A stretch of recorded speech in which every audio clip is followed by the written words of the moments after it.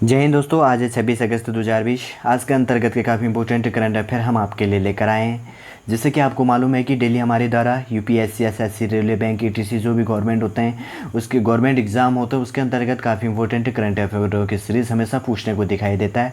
आपके लिए हमारे द्वारा डेली उन्हीं करंट अफेयरों के क्वेश्चनों को लाया जाता है जो एग्जाम पर्सपेक्टिव से काफ़ी इंपॉर्टेंट है, जो अधिकतर एग्जामों पर पूछने को दिखाई देता है, और उसके अंतर्गत काफ़ी इंपॉर्टेंट की पॉइंटों को भी लेकर आया जाता है। अगर हम इंपॉर्टेंट रूप से जितने क्वेश्चन लेते हैं तो कम से कम उसके अंतर्गत 5 या 6 की पॉइंटों को लेकर आते हैं, जिससे हमारे क्वेश्चन 50 या 60 के आसपास हो जाता है। ठीक है, और इससे आपकी आसानी से पूरी जीके भी अच्छी तरह से तैयारी हो जाती है। चलिए दोस्तों, ज़्यादा टाइम ना लेते हुए आगे बढ़ते हैं और जानते हैं कि आज के इंपॉर्टेंट करंट अफेयर कौन से हैं और आज का हमारा पहला क्वेश्चन कौन सा है। आज का पहला क्वेश्चन है, हाल ही में किसके द्वारा मोटर सड़क वाहन दस्तावेजों की वैधता को बढ़ा दिया गया है। ठीक है, पहला ऑप्शन है सड़क परिवहन तथा राजमार्ग मंत्रालय, दूसरा है भारत सरकार, तीसरा है वित्त मंत्रालय, ऑप्शन डी है केंद्र सरकार। ठीक है, तो इसके अंतर्गत का हमारा राइट आंसर क्या है? ऑप्शन ए, सड़क तथा परिवहन राजमार्ग मंत्रालय के द्वारा क्या कर दिया गया, हाल ही में मोटर दस्तावेजों की वैधता को बढ़ा दी गई है। कब तक बढ़ा दी गई है? 31 दिसंबर 2020 तक बढ़ा दी गई। ठीक है, आप में जो भी डॉक्यूमेंट संबंधी जो भी प्रोसेस के काम हैं, अब आप कब तक कर सकते हैं? 31 2020 तक आसानी से कर सकते हैं। ठीक है, अगर इसकी सलाह की बात करते हैं तो दो सलाह इसके अंतर्गत कब कब रहे थे? 30 मार्च और 9 जुलाई 2020 के बीच इसके अंतर्गत सलाह दी गई थी इसके अंतर्गत, और अभी कब कर दिया गया? 31 दिसंबर 2020 तक के लिए इसको लागू कर दिया गया। ठीक है, चलिए आगे बढ़ते हैं। दूसरा क्वेश्चन कौन सा है, हाल ही में सरकार द्वारा कितने सालाना टर्नओवर वाले कारोबारियों को जीएसटी में छूट दी गई है? ठीक है, पहला ऑप्शन है इसमें 10 लाख, ऑप्शन बी है 20 लाख, ऑप्शन सी है 30 लाख, ऑप्शन डी है 40 लाख, 40 लाख। तो इसके अंतर्गत हमारा राइट आंसर क्या है? ऑप्शन डी 40 लाख, 40 लाख वाले जो भी कारोबारी हैं उसके जीएसटी में छूट दी गई। जीएसटी की बात करें तो गुड एंड सर्विस टैक्स हो गया। इसमें 3 प्रकार के टैक्स लगते हैं, सीजीएसटी, आईजीएसटी और एसजीएसटी। ठीक है, 3 जीएसटी इसके अंतर्गत लगते हैं। उनमें पहले कितनी थी? इसकी 20 लाख थी, अब इसको बढ़ाकर कितनी कर दी गई? 40 लाख के अंतर्गत क्या कर सकते हैं? जीएसटी में छूट ले सकते हैं। ठीक है, और इसके अंतर्गत क्या किया गया है, जो 1.5 करोड़ रुपए के जो टर्नओवर वाली कंपनी है, कितनी? 1.5 करोड़ वाली जो टर्नओवर वाली कंपनी है वो किसके अंतर्गत आती है? यदि वो कंपोजिशन स्कीम का विकल्प चुनते हैं तो उनके केवल का कर टैक्स का कितना परसेंट लिया जाएगा? 1% ही लिया जाएगा। ठीक है, 28% जो स्लैब है टैक्स के अंतर्गत, तो उनमें कितनी वस्तुएं हैं? 20-30 वस्तुएं, जिनमें से लगभग क्या है 200 वस्तुओं को ही क्या किया गया है? निचले स्लैब में स्थानांतरित किया गया है। ठीक है ना, 230 में से जो क्या था 28% स्लैब के अंतर्गत रखा गया था, उनमें से 230 में से 200 वस्तुओं को क्या कर लिया गया? निचले स्लैब में भी स्थानांतरित कर दिया गया है। ठीक है, चलिए आपको समझ में आ गया। आगे बढ़ते हैं, हमारा आगे का क्वेश्चन कौन सा है, हाल ही में एनएसजी, नेशनल सिक्योरिटी गार्ड के 51st एसएजी, ठीक है ना, एसएजी का फुल फॉर्म होता है विशेष सेक्टर ग्रुप को chief of order army staff unit प्रशंसा के लिए पुरस्कार किसके द्वारा प्रदान किया गया? पहला है एडमिरल करमबीर, ऑप्शन बी है मनोज मुकुंद नरवणे, ऑप्शन सी है राजनाथ सिंह, ऑप्शन डी है राकेश कुमार भदौरिया। तो इसके अंतर्गत राइट आंसर क्या है हमारा? ऑप्शन बी, मनोज मुकुंद नरवणे जी के द्वारा क्या कर दिया गया? इनको एनएसजी को यह पुरस्कार दिया गया। ठीक है, ये रहे हमारे मनोज मुकुंद नरवणे जी, ये भारत के हैं, भारतीय थल सेना प्रमुख यही है। ठीक है ना, इस समूह के अंतर्गत क्या किया गया? 100% जनशक्ति भारतीय सेना की थी, और इसके अंतर्गत इनको किस आधार पर दिया गया? जो आतंकवाद से निपटने में समूह में उत्कृष्ट उपलब्धि प्राप्त करने के लिए इन्हीं को यह पुरस्कार दिया गया है। ठीक है, चलिए आगे बढ़ते, हमारा आगे का 3rd नंबर का क्वेश्चन कौन सा है?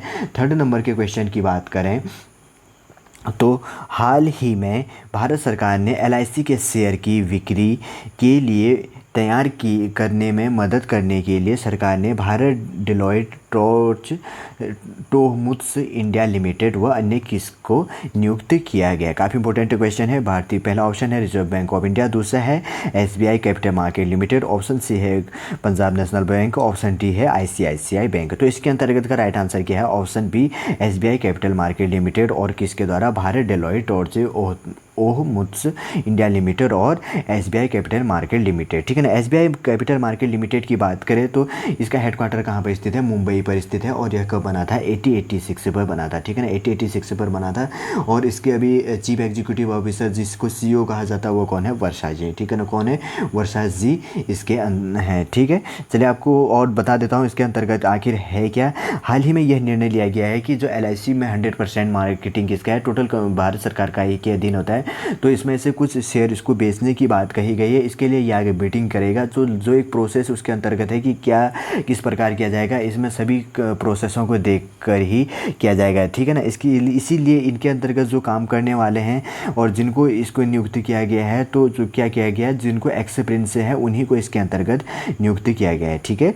चलिए आपको समझ में आ गया। आगे बढ़ते हैं, हमारा आगे का क्वेश्चन कौन सा है, हाल ही में भारत के किस राज्य की नदी में सबसे लंबा रोपवे बना है, ठीक है। पहला ऑप्शन है उत्तर प्रदेश, दूसरा अरुणाचल प्रदेश, तीसरा है असम, चौथा है मिजोरम। तो इसके अंतर्गत का हमारा राइट आंसर क्या है, ऑप्शन सी असम। असम की कैपिटल दिसपुर पर, ठीक है ना। ये रहा हमारा प्यारा भारत, इसके अंतर्गत कहाँ पर स्थित है, असम। इसको चिकन्नई भी कहा जाता है, ठीक है ना, असम हो गया, इसी को चिकन्नई कहा जाता है। इसी पर क्या किया जाएगा, असम के अंतर्गत असम की कैपिटल गुवाहाटी से उत्तरी गुवाहाटी को जोड़ने के लिए, ठीक है ना, 8 मिनट में पहुंचा देगा ये।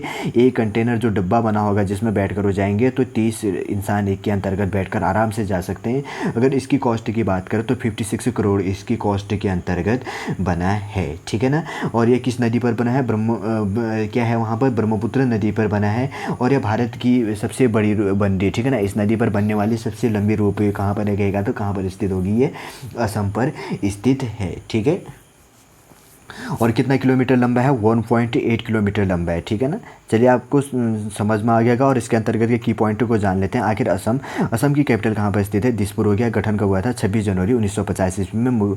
राजधानी दिसपुर। मुख्यमंत्री सर्बानंद सोनोवाल, राज्यपाल जगदीश मुखी और मुख्य न्यायाधीश कौन है इसके अंतर्गत के, अजय लांबा, ठीक है ना, अजय लांबा हो गए। और निर्वाचन सीट कितनी, लोकसभा की 42 सीटें, राज्यसभा की 16 सीटें तथा विधानसभा की 295 सीटें हैं। और आप आराम से पहुँच करके इसके अंतर्गत की पॉइंटों को देख सकते हैं, ठीक है। चलिए आगे बढ़ते हैं। हमारा आगे का क्वेश्चन कौन सा है, हाल ही में एक लघु फिल्म जो सर्वश्रेष्ठ सामाजिक संदेश फिल्म श्रेणी में किसे अंतर्राष्ट्रीय पुरस्कार दिया गया है। पहला ऑप्शन है इसमें तलवार, दूसरा अभिलाषा, ऑप्शन सी है कोरोना, ऑप्शन डी है लॉकडाउन। तो इसके अंतर्गत का राइट आंसर क्या है, ऑप्शन बी अभिलाषा को क्या कर दिया गया है, एक लघु फिल्म क्या है जो कोविड-19 पर आधारित है, ठीक है ना।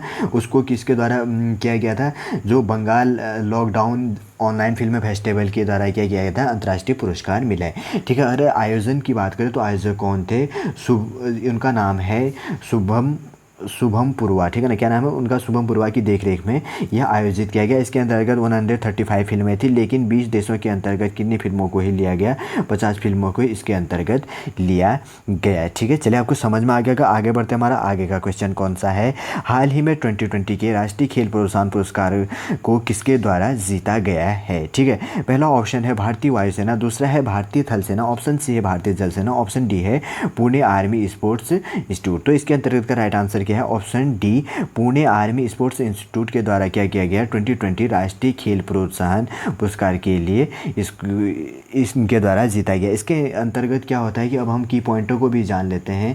तो इसके अंतर्गत क्या होता है कि जो खेल के अंतर्गत मोटिवेट पैदा करता है तथा खेल के लिए प्रॉफिट बढ़ाता है या खेल के बारे में जागरूक फैलाता है, और वो संस्था कोई संस्था हो या गवर्नमेंट संस्था हो या प्राइवेट संस्था हो, उसके लिए इनको क्या किया जाता है, पुरस्कार दिया जाता है, ठीक है। और इसके अंतर्गत किस श्रेणी के तहत प्रदान किया जाता है, अगर श्रेणी की बात करें तो श्रेणी में मुख्य रूप से जो होता है उसको क्या कह देते हैं, identification and nurturing of budding and young talent श्रेणी के तहत क्या किया जाता है, यह पुरस्कार प्रदान किया जाता है। किसके अंतर्गत प्रदान किया जाता है, identification and nurturing of budding and young talent श्रेणी के आधार पर इनको क्या किया जाता है, पुणे आर्मी स्पोर्ट्स इंस्टीट्यूट को यह पुरस्कार दिया गया। इसी के आधार पर राष्ट्रीय खेल प्रोत्साहन पुरस्कार को भी दिया जाता है, ठीक है।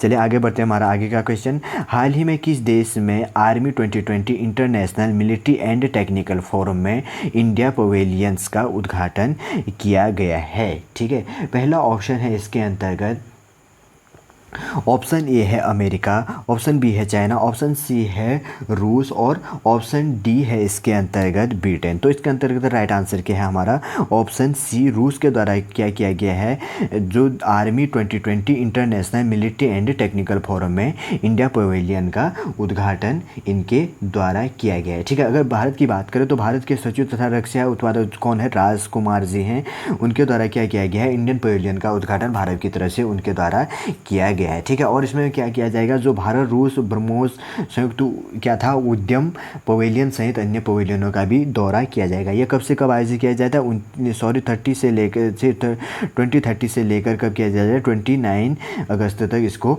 आयोजित किया जाएगा। कहाँ पर स्थित, रूस की कैपिटल मॉस्को। चलो मैप पे दिखाता हूँ आखिर रूस कहाँ पर स्थित है ना, रसिया कहा जाता है। ये रहा हमारा प्यारा भारत, इसके अंतर्गत रूस कहाँ पर स्थित है ये, ठीक है। क्षेत्रफल के आधार पर सबसे बड़ा देश कौन है, रूस ही है, ठीक है ना।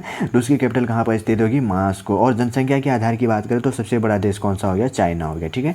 क्षेत्रफल के आधार पर रशिया और उसके आधार जनसंख्या के आधार पर सबसे बड़ा देश कौन सा है,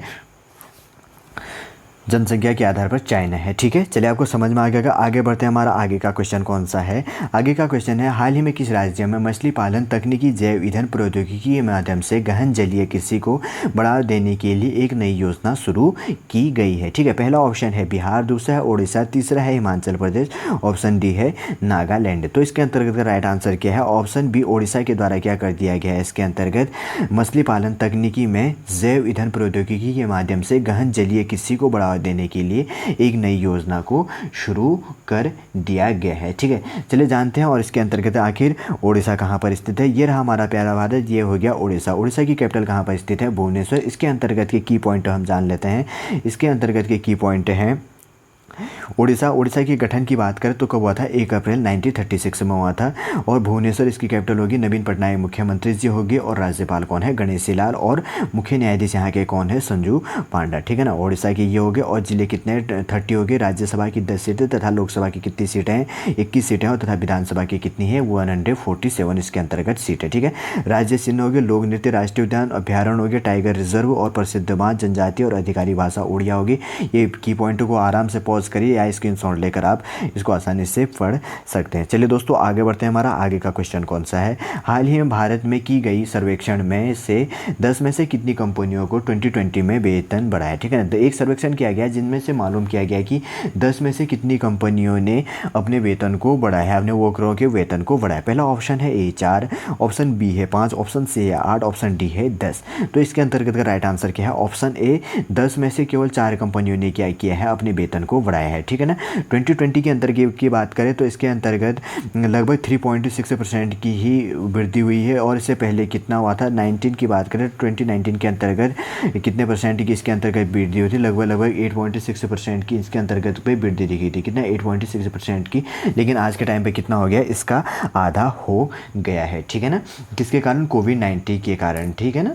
चलिए आपको कोविड का फुल फॉर्म क्या होता है, कोरोना वायरस डिजीज़ होता है, ठीक। चलिए आपको समझ में आ गया होगा। आगे बढ़ते हैं, हमारा आगे का क्वेश्चन कौन सा है, ठीक है। आगे के क्वेश्चन की बात करें, हाल ही में भारत सरकार AIIB के साथ कितने मिलियन डॉलर के ऋण का समझौता किया गया है, ठीक है ना। AIIB की बात करें तो इसका फुल फॉर्म क्या है, इसका फुल फॉर्म होता है एशियन इंफ्रास्ट्रक्चर डेवलपमेंट बैंक, ठीक है ना, इन्वेस्टमेंट बैंक, ठीक है ना। AIIB का फुल फॉर्म क्या होता है, एशियन इंफ्रास्ट्रक्चर इन्वेस्टमेंट बैंक के साथ कितने मिलियन डॉलर के ऋण का समझौता किया गया है। पहला ऑप्शन है, ऑप्शन ए है 200 मिलियन, ऑप्शन बी है 250 मिलियन डॉलर, ऑप्शन सी है 350 million dollar, 300 million dollar, option D है 500 मिलियन डॉलर। तो इसके अंतर्गत का राइट आंसर क्या है, ऑप्शन डी 500 मिलियन डॉलर का क्या कर लिया गया, भारत सरकार द्वारा AIIB जिसका फुल फॉर्म क्या होता है, एशियन इंफ्रास्ट्रक्चर इन्वेस्टमेंट बैंक के साथ क्या कर दिया गया, ऋण समझौते पर हस्ताक्षर कर दिया गया। आखिर जानते हैं कि किसके आधार पर किस ऋण के लिए किसके लिए लिया गया है। तो इसके अंतर्गत क्या है कि जो भारत सरकार है, इंडियन गवर्नमेंट होगी तथा महाराष्ट्र सरकार होगी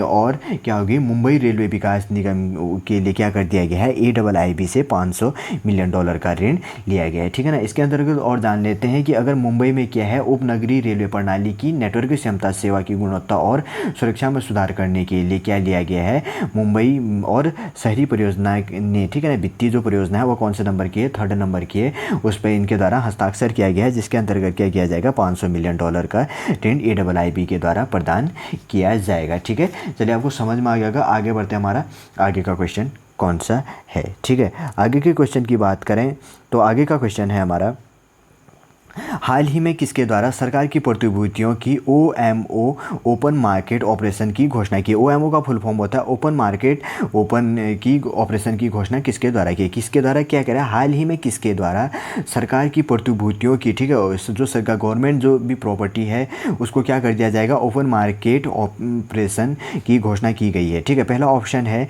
ऑप्शन ए वित्त मंत्रालय, ऑप्शन बी है reserve bank of India, option C है state bank of India, option D है पंजाब नेशनल बैंक। तो इसके अंतर्गत का राइट आंसर क्या है हमारा, option B Reserve bank of India के द्वारा क्या कर दिया गया है, जो सरकार की प्रतिभूतियाँ उसको क्या कर दिया जाएगा, OMO कर दिया जाएगा। ठीक है, क्या कर दिया जाएगा, OMO कर दिया जाएगा। आखिर अब जानते हैं कि इसके अंतर्गत क्या है। अगर इसके अंतर्गत की बात करें तो जो की पॉइंट है वो ये है कि जो RBI क्या करेगा, 2 चरणों के अंतर्गत 20,000 करोड़ रुपए की कीमत वाली सरकारी प्रतिभूतियों का क्या करेगा, OMO या खुले बाजार में संचालन करेगा। कितने करोड़, तो 20,000 करोड़ रुपए की जो कीमत वाली सरकारी प्रतिभूतियां उनको पहले ओपन मार्केट में बेचेगा। तो इसकी नीलामी की 2 डेट इनके द्वारा घोषित कर दी गई है, एक है 27 अगस्त और दूसरा कितना है, 30 सितंबर। ठीक है ना, इसके अंतर्गत जान लेते हैं कि आखिर ये 27 और 30 सितंबर के अंतर्गत क्या करेगा। 27 अगस्त के अंतर्गत जो डेट है उसके अंतर्गत यह OMO, ठीक है ना, OMO का फुल फॉर्म क्या है, ओपन मार्केट जो ऑपरेशन है उसके लिए क्या करेगा, RBI का जो रणनीति है 2024 तथा 2032 के बीच जो परिपक्व होने वाली लंबी अवधि की सरकारी प्रतिभूतियों को इसके अंतर्गत क्या करेगा, खरीदेगा। और जो कि जो ये अभी अक्टूबर को जो ये निर्णय लिया गया है 3 सितंबर वाला, तो उसके अंतर्गत क्या करेगा, जो अक्टूबर नवंबर जो 2 महीने आगे आएंगे 2020 के बीच उनको परिपक्व होने वाली प्रतिभूतियों की क्या करेगा, बिक्री इसके अंतर्गत करेगा। ठीक है, चलिए आपको समझ में आया होगा। आगे बढ़ते हैं, हमारा आगे का क्वेश्चन कौन सा है, हाल ही में किसके द्वारा IAF ऐप को लॉन्च किया गया। ठीक है ना, IAF को लॉन्च कर दिया गया। पहला है राजनाथ सिंह, दूसरा है राकेश कुमार भदौरिया जी, तीसरे बिपिन रावत और ऑप्शन डी क्या है, नरेंद्र मोदी। तो इसके अंतर्गत का राइट आंसर क्या है हमारा, ऑप्शन बी राकेश कुमार भदौरिया जी के द्वारा किया गया माई IAF इंडियन एयरफोर्स ऐप को लॉन्च कर दिया गया। ठीक है, एयरफोर्स प्रमुख कौन है, राकेश कुमार भदौरिया जी, ये रहे राकेश कुमार भदौरिया जी, इन्हीं के द्वारा क्या कर दिया गया है, माई AIF को लॉन्च कर दिया गया। आखिर माई AIF लॉन्च क्या कर दिया गया जाएगा, जो एयरफोर्स में आना चाहता है, शामिल होना चाहता है, तो उसको इसके अंतर्गत क्या किया जाएगा, सारा विवरण इसके अंतर्गत मिल जाएगा। ठीक है, चलिए आपको समझ में आ गया होगा। आगे बढ़ते हैं, हमारा आगे का क्वेश्चन कौन सा है, हाल ही में किस राज्य के अंतर्गत वेगेज सैनिटाइजेशन और रैपिंग मशीन को लॉन्च कर दिया गया। ठीक है, हाल ही में क्या कर दिया गया है कि एक रेलवे स्टेशन, वह किस राज्य के रेलवे स्टेशन को बैगेज सैनिटाइजेशन करने के लिए और रैपिंग मशीन को लॉन्च करने के लिए लॉन्च किया गया। पहला राज्य है गुजरात, दूसरा बिहार और तीसरा है हरियाणा और ऑप्शन डी क्या है, दिल्ली। तो इसके अंतर्गत का राइट आंसर क्या हमारा, ऑप्शन ए गुजरात राज्य के अंतर्गत क्या है, एक अहमदाबाद। ठीक है ना, गुजरात राज्य के अंतर्गत क्या है, अहमदाबाद होगी। अहमदाबाद के अंतर्गत रेलवे स्टेशन में क्या किया जाएगा, 3 जो बैग होता है उनको 336 इतने 360 डिग्री के एंगल पे क्या करेगा, पूरी सैनिटाइजेशन उसको करेगा, सारी बैक्टीरिया को नष्ट कर देगा। ठीक है, और इसके अंतर्गत इम्पोर्टेंटली की पॉइंट यह है कि यह क्या करेगा, इसमें कोई जम्स भी नहीं बचेंगे और इससे क्या होगा, जो पराबैंगनी किरणें निकलेंगी वही क्या करेगा, उस जम्स को नष्ट करेगा। इससे क्या होगा, सोशल डिस्टेंसिंग भी बने रहेगा। चलिए अब जानते हैं कि आखिर गुजरात कहाँ पर स्थित है मैप पर। ठीक है, सबसे लंबी तटरेखा वाला राज्य कौन सा है, गुजरात है। और गुजरात की बात करें तो की पॉइंट इसके अंतर्गत है, इसकी स्थापना कब हुई थी, 1 मई 1960 को इसकी स्थापना कर दी गई थी। और गुजरात की कैपिटल कहाँ पर स्थित है, गांधीनगर। मुख्यमंत्री कौन है, विजय रूपाणी। और राज्यपाल कौन है, आचार्य देवव्रत। मुख्य न्यायाधीश कौन है, विक्रमनाथ। जिला की बात करें तो 33 यहाँ पर जिले हो गए। राज्यसभा की 11 सीटें तथा लोकसभा की कितनी सीटें हैं, गुजरात में 26 सीटें हैं। और विधानसभा की कितने हैं, 182 सीटें हैं। ठीक है, और इसके अंतर्गत की पॉइंट आप आराम से पॉज करके देख लीजिएगा। ठीक है, चलिए आगे बढ़ते हैं और आज का हमारा लास्ट क्वेश्चन है और काफ़ी इंपॉर्टेंट है। ठीक है ना, हाल ही में केलिनेन कानवे सलाहकार के पद से इस्तीफा दे दिया गया, वह किसकी सलाहकार थी। पहला ऑप्शन है Kim Jong Un, option B है डोनाल्ड ट्रंप, ऑप्शन सी है व्लादिमीर पुतिन, ऑप्शन डी है शिंजो अबे। ठीक है, तो इसके अंतर्गत राइट आंसर क्या हमारा, ऑप्शन बी डोनाल्ड ट्रंप, जो अमेरिका के प्रेसिडेंट हैं, उनके क्या थे ये, केलिनेन कानवे उनके सलाहकार ये रहे केलिनेन कानवे। इन्हें क्या कर दिया गया, हाल ही में इस्तीफा दे दिया गया। ठीक है, अगर इनकी बात करें तो डोनाल्ड ट्रंप कहाँ के प्रेसिडेंट हैं, अमेरिका के उत्तरी अमेरिका के प्रेसिडेंट हैं। आपने कभी देखा होगा कि अमेरिका के जो मैप बना होता है तो उसमें 50 स्टार बने होते हैं। ठीक है, 50 स्टार का मतलब ये होता है कि वहाँ पर 50 कंट्रियों को इसके अंतर्गत संबोधित किया जाता है, बताया जाता है कि इसके अंतर्गत कितने देश हैं, 50 देश इसके अंतर्गत हैं। ठीक है, चलिए दोस्तों, आज का करंट अफेयर हम यहीं पर समाप्त करते हैं। उम्मीद करूंगा दोस्तों आज का करंट अफेयर आपको अच्छा लगा होगा। यदि आपको हमारा करंट अफेयर अच्छा लगे तो लाइक कीजिए, कमेंट कीजिए और हमारे इस चैनल नेक्स्ट टाइम को सब्सक्राइब कीजिए।